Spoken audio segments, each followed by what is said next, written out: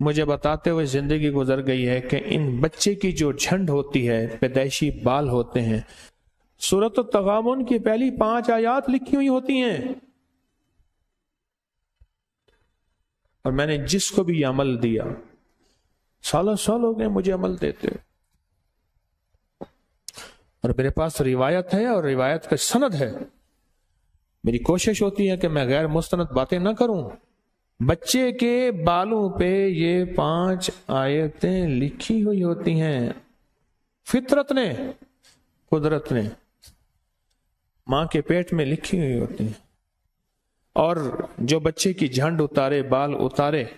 اور ان 5 آیات کو 40 بار پڑھ کے دم کرے، اور پھر اس جھنڈ کے بقدر چاندی یا پیسے ہدیہ کر دے، صدقہ کر دے،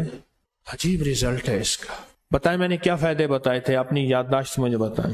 ایک تو کہتے ہیں جتنے بال ہیں اتنی مصیبتوں سے بچے گا۔ دوسرا،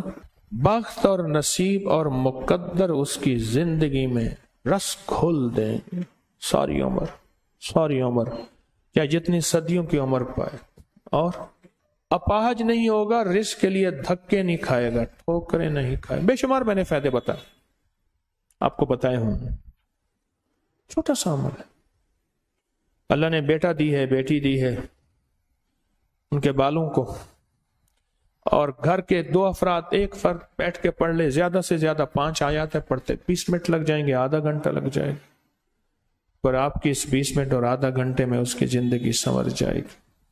لوگوں کو اپنی یوٹیوب چینل ہر وقت سبسکرائب کرائیں، آپ دوسروں کے لیے صدقہ جاریہ بنیں گے، اللہ پہلے آپ کی مصیبت ٹالے گا۔